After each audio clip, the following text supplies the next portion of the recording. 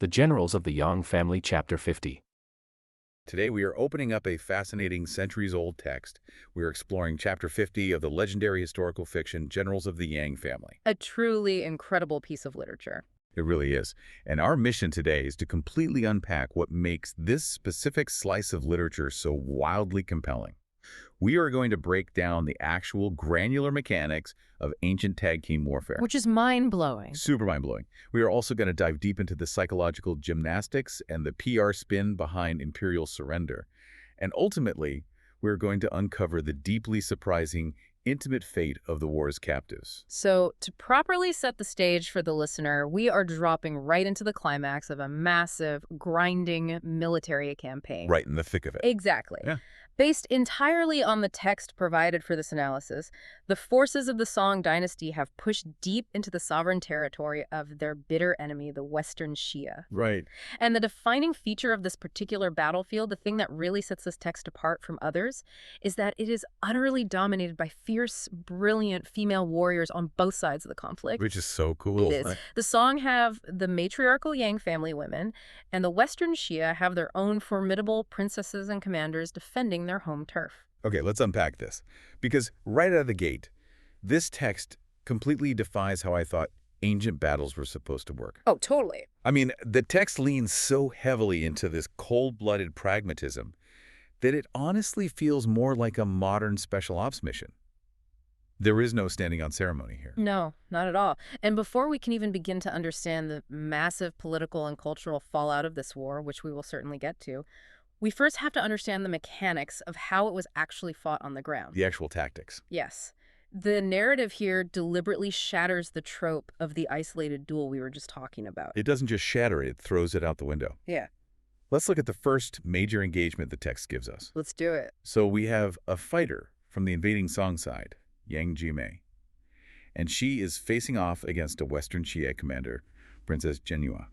Now, before the weapons even clash, Jinhua actually tries to offer a way out. Which is interesting. Right. She essentially tells Yumei, look, you are deep in our territory. You clearly don't understand the tactical situation you're in. Just retreat now and avoid a massacre. Which is a fascinating psychological tactic in itself. I mean, Jinhua is asserting her home field advantage here. Flexing a bit. Exactly. She is giving the Song forces a chance to acknowledge their overextended position. She knows the Song supply lines are stretched, she knows the terrain better, and she is offering them a chance to leave with their lives, if not their pride. I would have thought that would be a moment for a dramatic monologue. Yeah. But Jimmy is not having it. Not at all. She gets furious, calls them thieves, and completely rejects the offer. She charges in with her blade, Jinhua meets her with a spear, and the duel officially begins. The clash we were waiting for. Exactly. But here is the critical part, the detail that changes everything. Jinhua starts losing. Right. The text makes it clear that after just a few exchanges, her blade work gets sloppy. Her technique becomes, quote, chaotic, unquote. And she realizes she is outmatched in pure one-on-one combat. Which is a huge admission. Huge. So she has to break off and retreat. She turns her horse and runs. Naturally, Princess Jinhua, sensing the victory and wanting to secure the kill, charges aggressively after her. And up to this exact second, this is standard, historically expected battlefield behavior. Right, running down the fleeing enemy. Exactly. The retreating enemy is vulnerable, their back is turned, and the pursuing victor wants to eliminate a high-value target. The momentum is entirely on Jinhua's side. But then the text pivots sharply. It really does.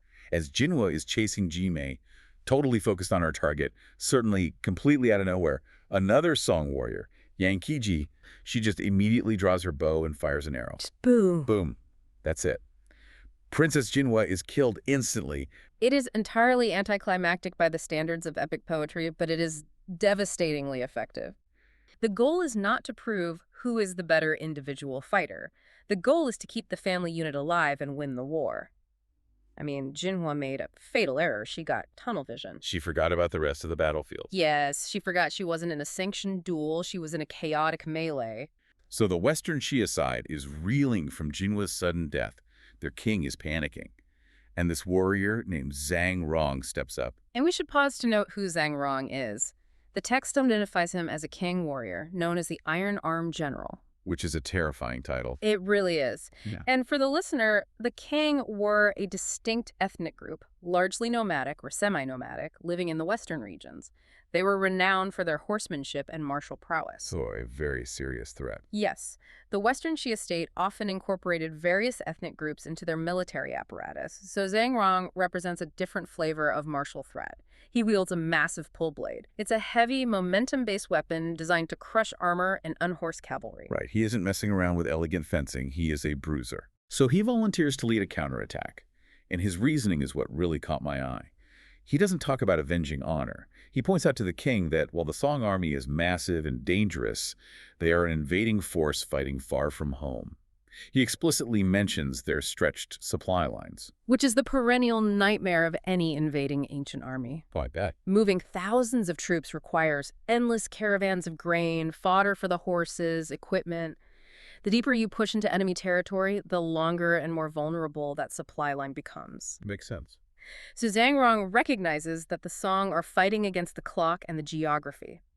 He volunteers to exploit that logistical weakness with a brute force assault before the Song can consolidate their position. So Zhang Rong rides out, and he faces off against another Song warrior, Princess Danyang. They clash, but very quickly, Zhang Rong pulls a classic fake out. The feigned retreat. Yes. He pretends that Danyang is too much for him, turns his horse, and starts riding around the city wall to escape. Danyang, just like Jinhua earlier, takes the bait. She sees a fleeing enemy, her blood is up, and she chases him with everything she has. We see that same psychological trap again. The chase induces a kind of hyperfocus that blinds a warrior to the broader battlefield geometry. And Zhang Rong is literally banking on that tunnel vision. He lets her get close, judging the distance perfectly. Suddenly, he spins his horse around and swings this massive pull blade down at her with all his momentum. A devastating counterattack. Now, Danyang has incredible reflexes. She actually dodges the blade itself. But the sudden, violent movement causes her horse to lose its footing and completely collapse. Oh, wow. Yeah, she is thrown hard to the ground. She is dismounted, disoriented, and completely at the mercy of the iron-armed general. He raises his weapon. He is a fraction of a second away from delivering the final lethal strike. The tension is at its absolute peak. The individual duel has reached its natural, fatal conclusion. But no, because right at that exact second, yet another Song warrior, Madame Du, hurls a hidden flying knife from a distance. It hits Zhang Rong squarely in the left ribs, dropping him dead from his horse instantly. Just incredible. Danyang's life is saved, the Western Xia forces are routed. It's highly coordinated. They are treating the battlefield as an interconnected system, not a series of isolated events. Right after Zhang Rong is killed by the flying knife, the author inserts a poem. And this poem doesn't celebrate Zhang Rong's bravery, nor does it lament the lack of a fair fight. It literally praises a concept it calls mutual rescue. The Chinese term used in the text is huju. It states that the enemy couldn't even guarantee their own survival for a single moment because of how effectively the Yang family women cover each other's blind spots. Wow. The text is telling us, in no uncertain terms, that collective survival completely supersedes individualized glory. That makes the Yang women so much more terrifying as opponents. You aren't just fighting the person in front of you, you are fighting the geometry of the entire battlefield. Recycling. If you focus on the sword in front of you, you die by the arrow from the side. If you focus on the retreat, you die by the flying knife. Their superpower isn't just their individual martial arts, it's their lethal, coordinated synergy. They are constantly scanning, constantly asking, who needs a rescue? Who has an opening? Exactly. And if we pause to analyze what this tells us about the culture of the Song military as depicted in this text, it reveals a deeply pragmatic mindset. A warrior obsessed with a fair fight would have let Junmei die to preserve the sanctity of the duel. Right, they'd just watch it happen. Yes, but the Yang family operates as a single lethal organism. You attack one, you are fighting all of them simultaneously. It prioritizes results and collective family survival over the ego of the individual warrior. And think about the terrifying math of that battlefield for the enemy. If traditional defense is impossible because the attacks are coming from blind spots you can't even see, how do you fight back? You don't. Exactly. The short answer is you don't. And that exact realization is what completely breaks the mind of the Western Xia leadership. Because as the dust settles on Zhang Rong's body, the narrative shifts. We move off the battlefield. Yes, we leave the kinetic energy of the battlefield and enter the agonizing, suffocating stillness of the war room. The physical battle is over, but the psychological collapse is just beginning. We cut to King Mu of the Western Xia. He has just witnessed his brilliant commanders, including Princess Jinhua and his iron-armed general, completely dismantled by these mutual rescue tactics. He's crushed. The text tells us he is utterly devastated. He stops eating. He stops sleeping. He is so overwhelmed with despair that he decides he wants to commit suicide. Which, to a modern reader, feels like an extreme reaction. But in the context of this honor-bound culture, suicide is often framed as the only way to avoid the humiliation of total defeat and capture. Yes, exactly. He's looking at the annihilation of his state and his identity. Yes, the king is trapped in an archaic mindset. He views the conflict as a zero-sum game of honor. He has lost the martial contest, therefore he must forfeit his life. Right. But then his left chancellor, a man named Qizixian, steps in. And Qizixian performs a vital function here. He shatters the king's romanticized view of defeat. Qizixian delivers an argument that is just a masterpiece of cold, hard pragmatism. He basically tells the king, look, the Song Emperor is generous to those who submit, but he completely massacres those who resist to the bitter end. Laying out the facts. Just giving it to him straight. He says, the military outcome is already decided. Your army is broken, so why are you acting like a dramatic child throwing your life away? Right. Lower the flag, hand over the maps, agree to pay an annual tribute, and guess what? You still get to live in the palace. You still get to be the king. Qizixian is reframing surrender. He is taking it out of the realm of moral failure and placing it firmly in the realm of a strategic transaction. A business deal almost. Exactly. He is offering the king a way to prioritize long-term survival and the retention of local power over a fleeting, destructive sense of honor. It is, conceptually, the exact political equivalent of the mutual rescue tactics we saw on the battlefield.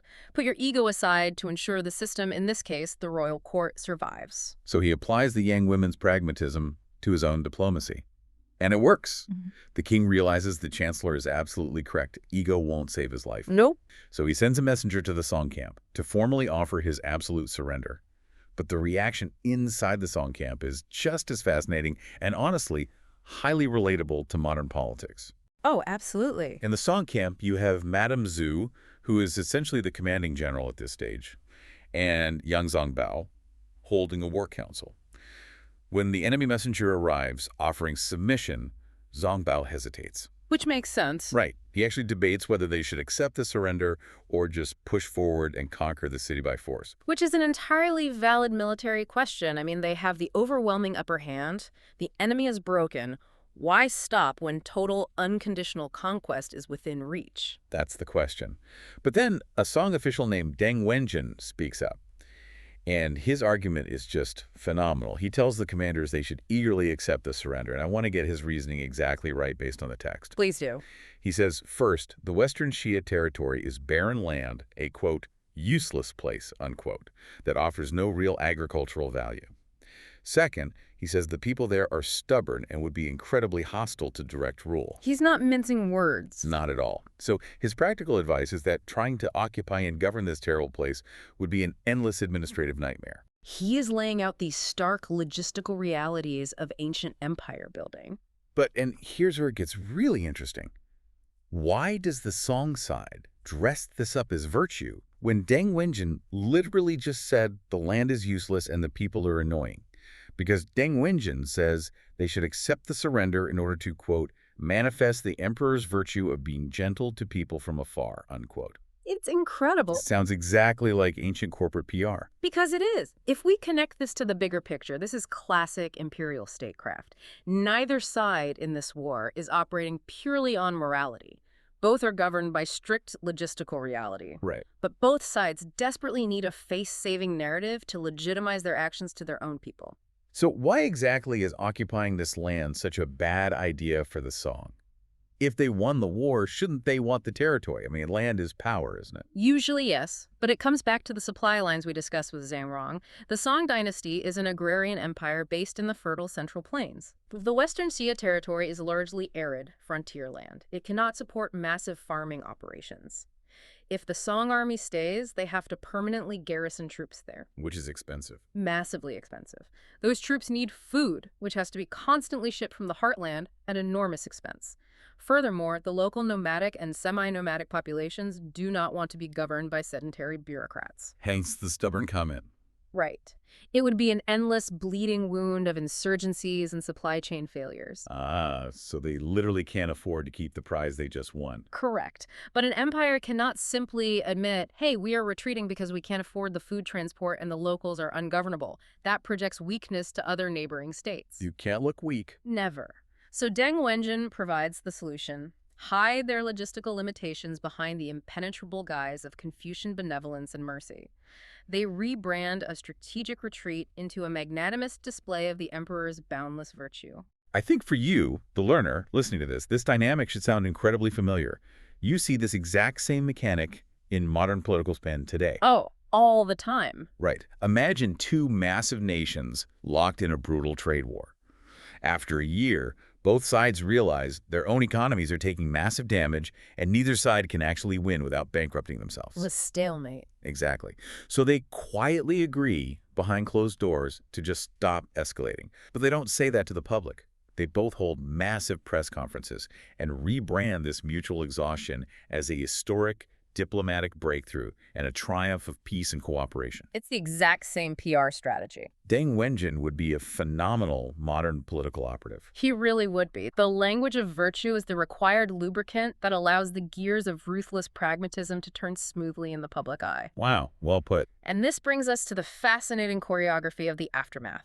Because once the ink is dry on this theoretical, mutually beneficial surrender, the two sides must actually physically interact. They have to inhabit the same space. Which has to be awkward. Incredibly awkward.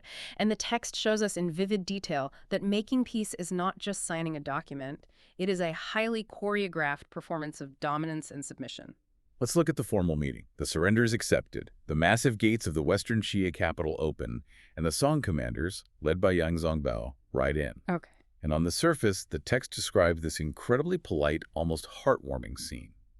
The Western Xia king and his top officials are kneeling by the side of the dirt road, waiting for the conquerors.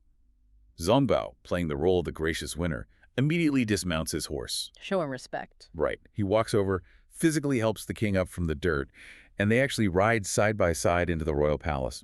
Zongbao even reassures him verbally, saying, "Our emperor is benevolent. As long as you remain loyal, you won't lose your title or your land." It is a deliberate, highly visible display of magnanimity. Zongbao is signaling to the populace that the era of civil administration stability has begun.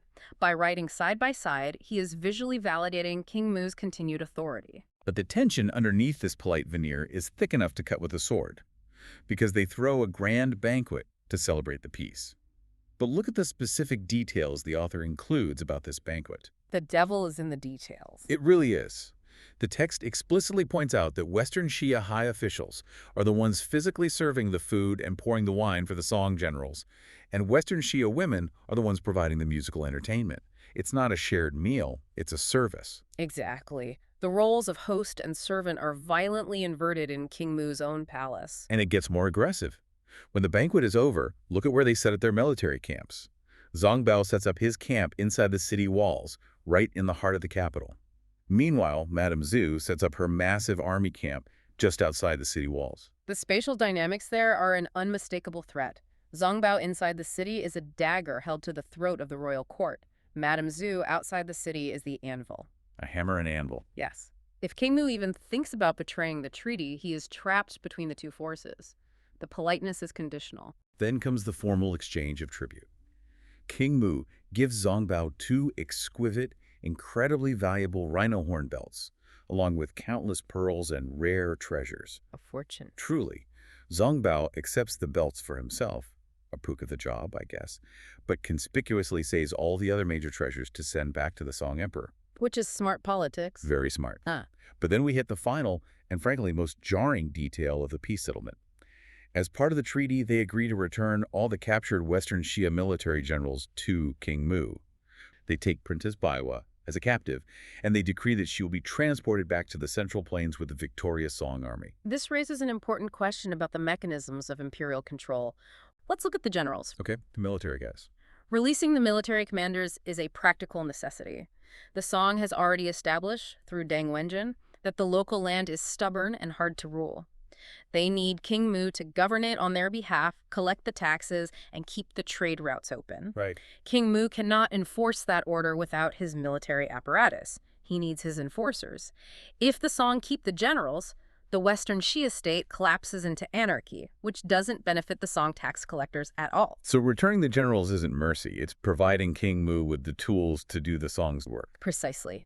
And as the immense Song army finally packs up its camps and begins the long, arduous march home, the narrative of the text shifts once again. We're moving again. Yes, we move away from the messy, violent, pragmatic reality of the frontier, and we enter the polished, highly bureaucratic reality of the imperial capital.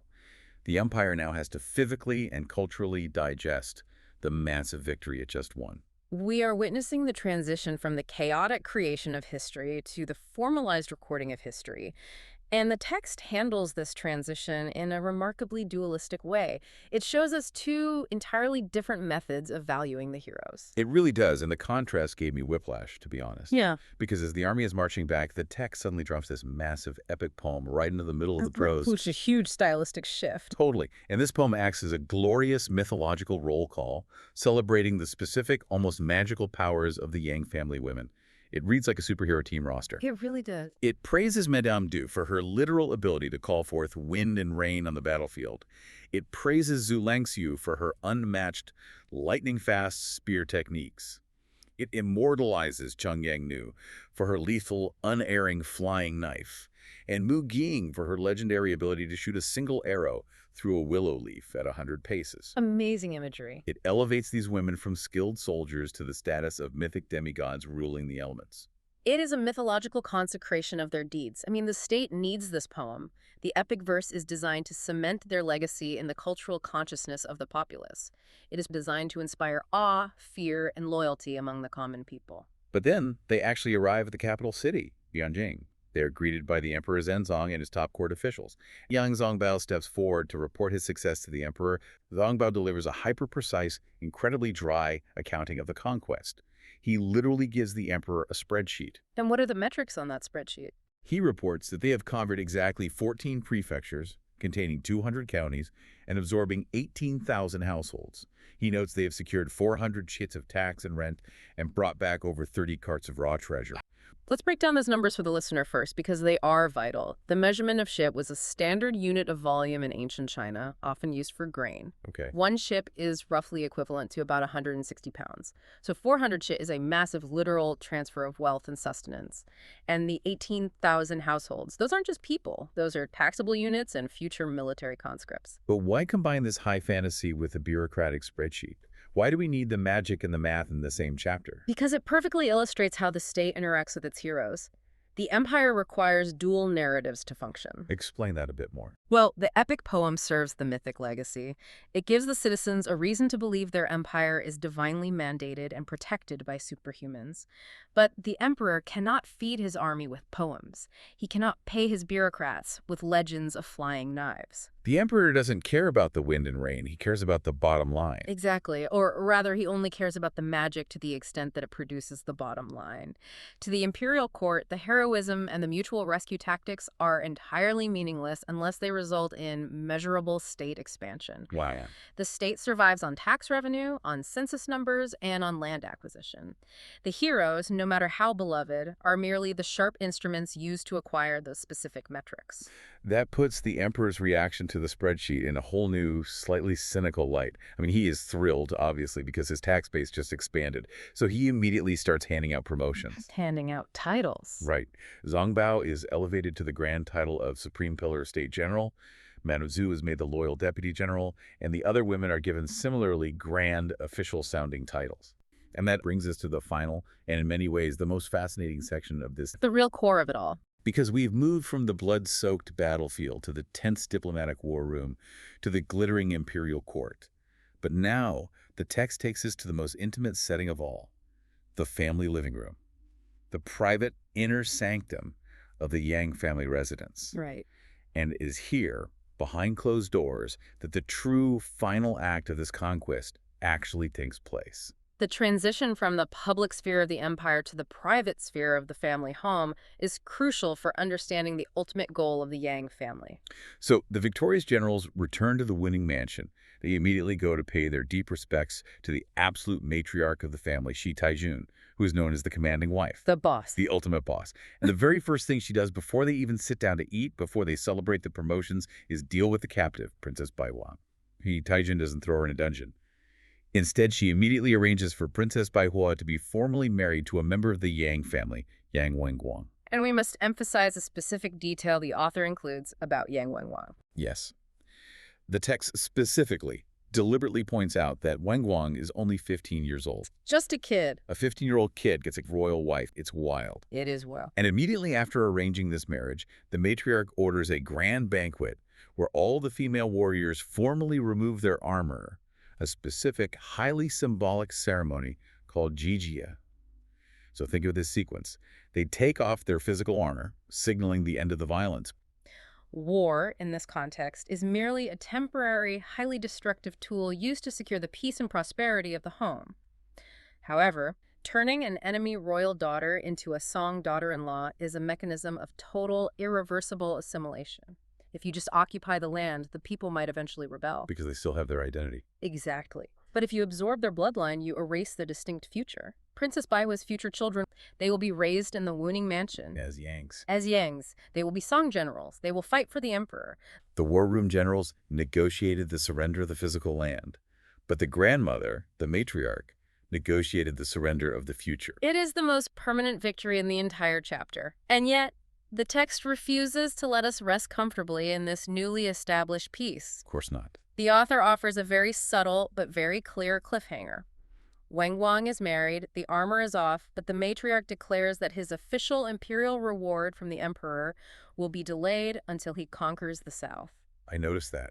The text ends by saying that for now, quote, the sea raises no waves, unquote, which is a poetic way of implying peace. But they're already talking about sending this newly married 15-year-old south to conquer another region. It perfectly undercuts the tranquility of the family banquet. The armor is off for tonight, yes, the wine is flowing, but the machine of empire merely pauses. It never truly stops. It's always hungry. Always. The system they serve requires constant expansion. There is always another frontier, another stubborn population to pacify, another spreadsheet of households to acquire for the emperor's ledger.